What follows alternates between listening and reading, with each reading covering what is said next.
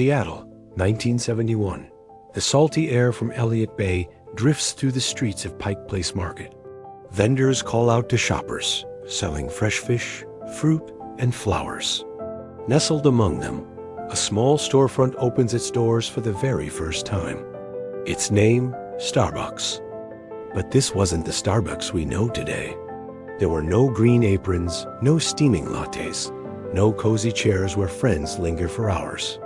Instead, it was a modest shop with burlap sacks of coffee beans piled high, gleaming grinders on display, and the smell of freshly roasted beans filling the air.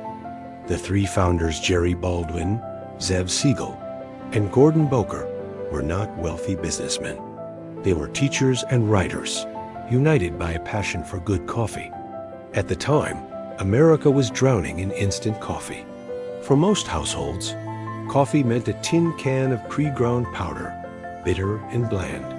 But the founders of Starbucks believed people deserved better. They wanted to introduce Seattle to freshly roasted, high-quality Arabica beans. The first store was tiny, barely enough space for a few customers to browse. They didn't serve brewed coffee, only beans and equipment. Customers came in, learned about different roasts, and left with paper bags filled with beans to brew at home. It was a niche idea, but slowly word spread. For the people of Seattle who craved something different, Starbucks became a hidden gem. For nearly a decade, Starbucks remained small. A handful of stores, loyal customers. No big advertising campaigns. No thoughts of becoming a global brand. It was a specialty shop, run by men who loved coffee more than they loved business. But then, fate brought a new character into the story. In 1981, a young man named Howard Schultz was working as a marketing executive for a company that sold kitchenware and drip coffee machines.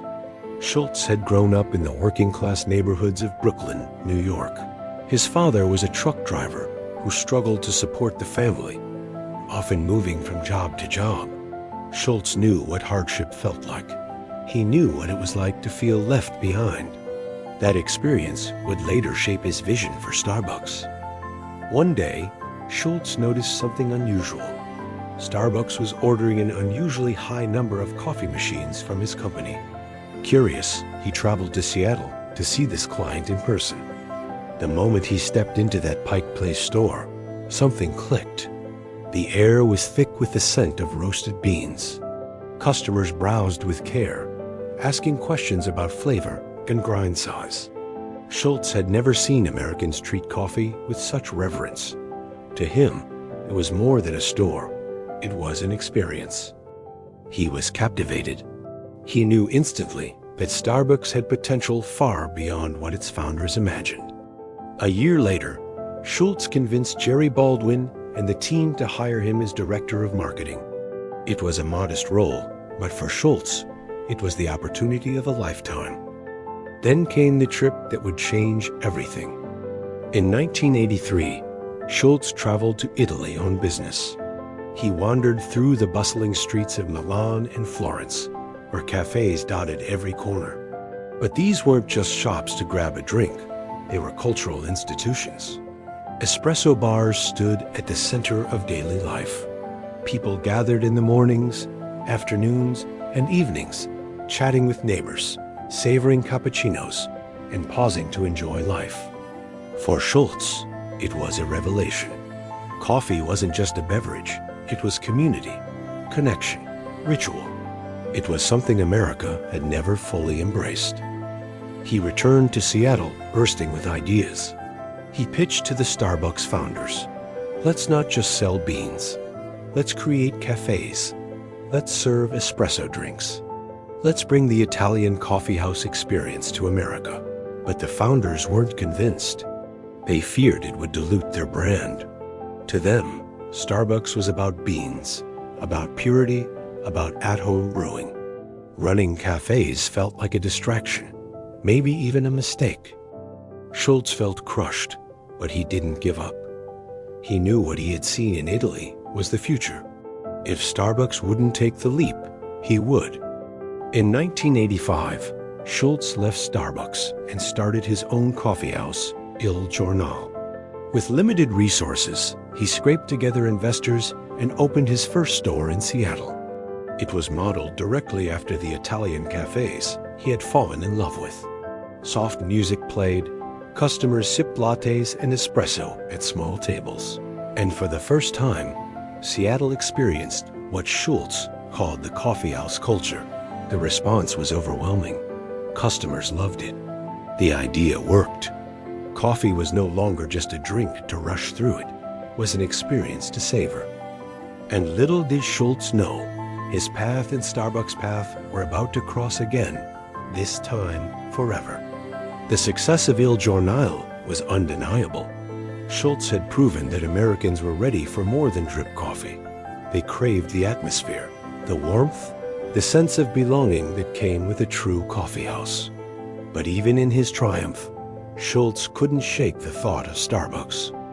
By 1987, the three original Starbucks founders were ready to sell the company. They had taken it as far as they wanted. For them, Starbucks had always been a passion project, not an empire. Schultz, however, saw the chance of a lifetime.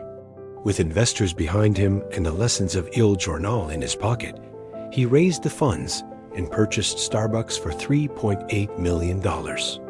Overnight, Schultz became the steward of a brand he believed could redefine how the world consumed coffee. From the very beginning, Schultz knew Starbucks had to be different. It couldn't be just another coffee shop.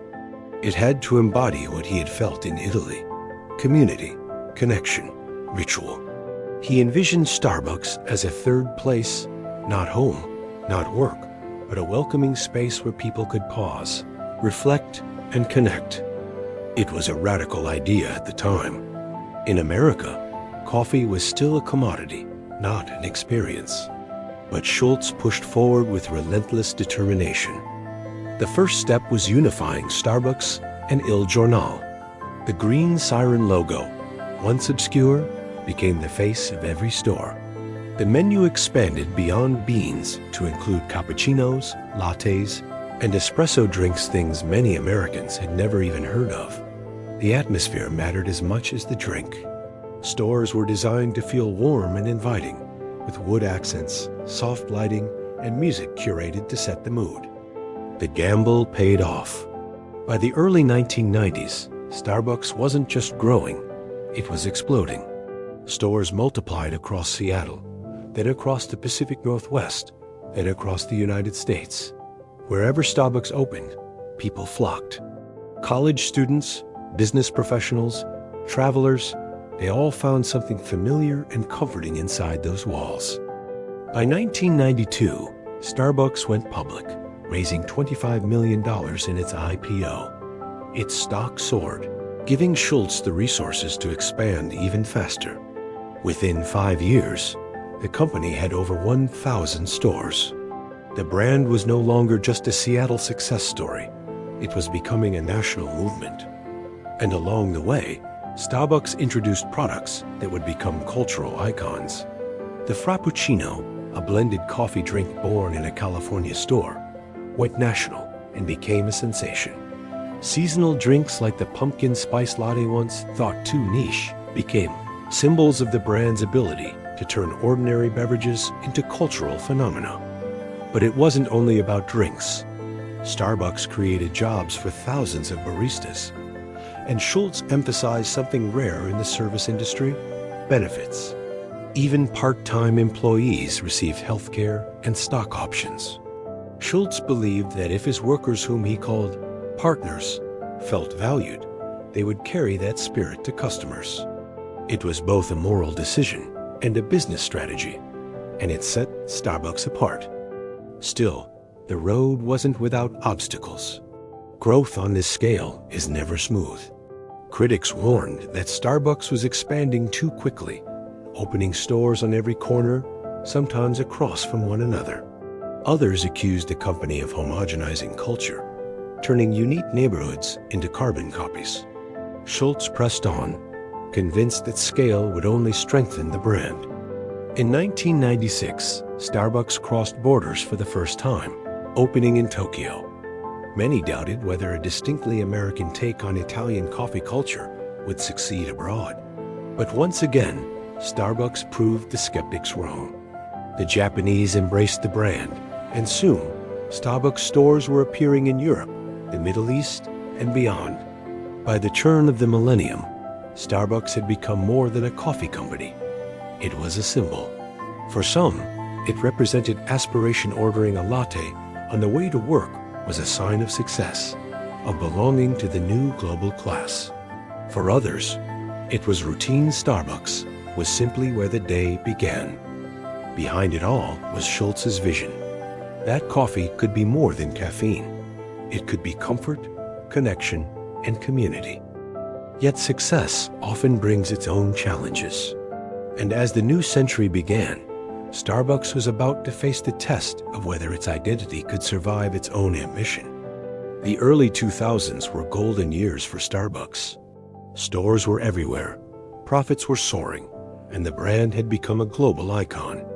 From London to Tokyo, from Dubai to Mexico City, the green siren shone brightly. But beneath the surface, something was changing. Growth became the obsession. New stores opened daily, sometimes across the street from one another. Investors cheered, expansion targets were hit, and the numbers looked good. But customers began to notice that the Starbucks experience was no longer the same. Espresso machines grew taller, blocking baristas from interacting with customers. Pre-packaged food appeared, filling stores with smells that clashed with the aroma of fresh coffee. Stores felt less intimate, more mechanical. The very third place Schultz had envisioned began to erode. And then came 2008. The global financial crisis shook the world economy. For Starbucks, it was devastating. Sales plummeted. Thousands of employees lost their jobs. Hundreds of stores closed. For the first time since its meteoric rise, Starbucks faced the unthinkable: decline. Howard Schultz, who had stepped down as CEO in 2000, watched from the sidelines. He saw the brand he had built losing its soul. And in 2008, he returned to the helm with a mission: to save Starbucks. His first moves were bold and symbolic. He shut down every Starbucks in America for a day just to retrain baristas on how to make the perfect espresso. It cost millions, but the message was clear: quality mattered more than speed. Customers would feel the difference. He closed hundreds of underperforming stores, accepting short-term pain for long-term survival. He invested in redesigning cafes, lowering counters, so customers could once again see baristas craft their drinks. He brought back the smell, the authenticity, the romance of coffee. But Schultz also looked forward. He knew the future wasn't just in coffee, it was in connection.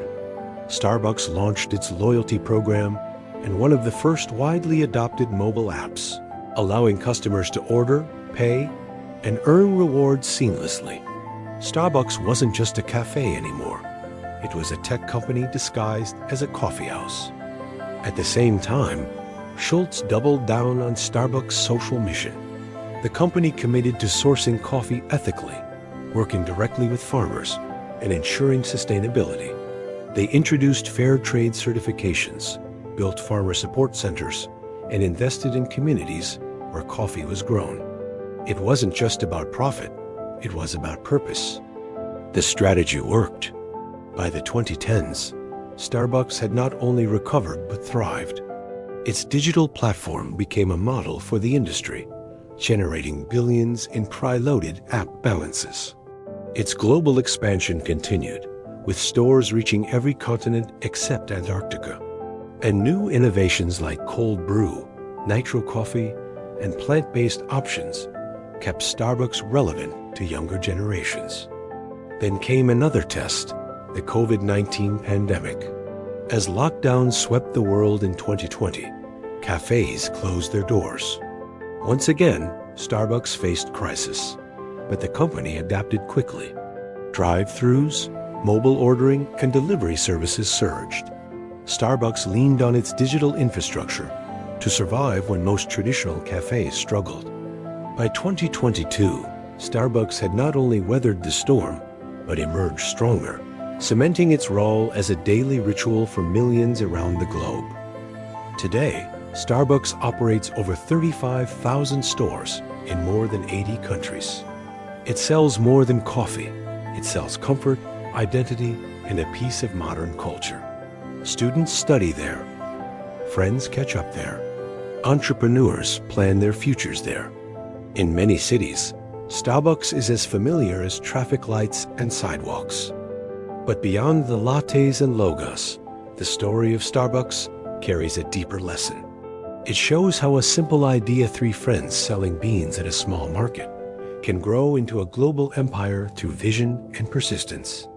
It shows how even giants stumble when they forget their purpose, and how great leaders find the courage to reinvent. Howard Schultz once said, "Starbucks represents something beyond a cup of coffee."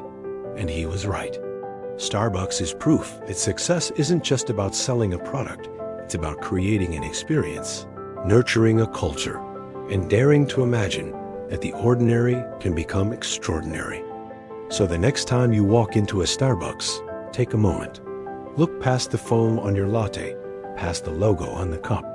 What you're holding is not just coffee, it's a story. A story of humble beginnings, bold risks, near collapse, and remarkable reinvention. The Starbucks story. Brewing an empire, one cup at a time.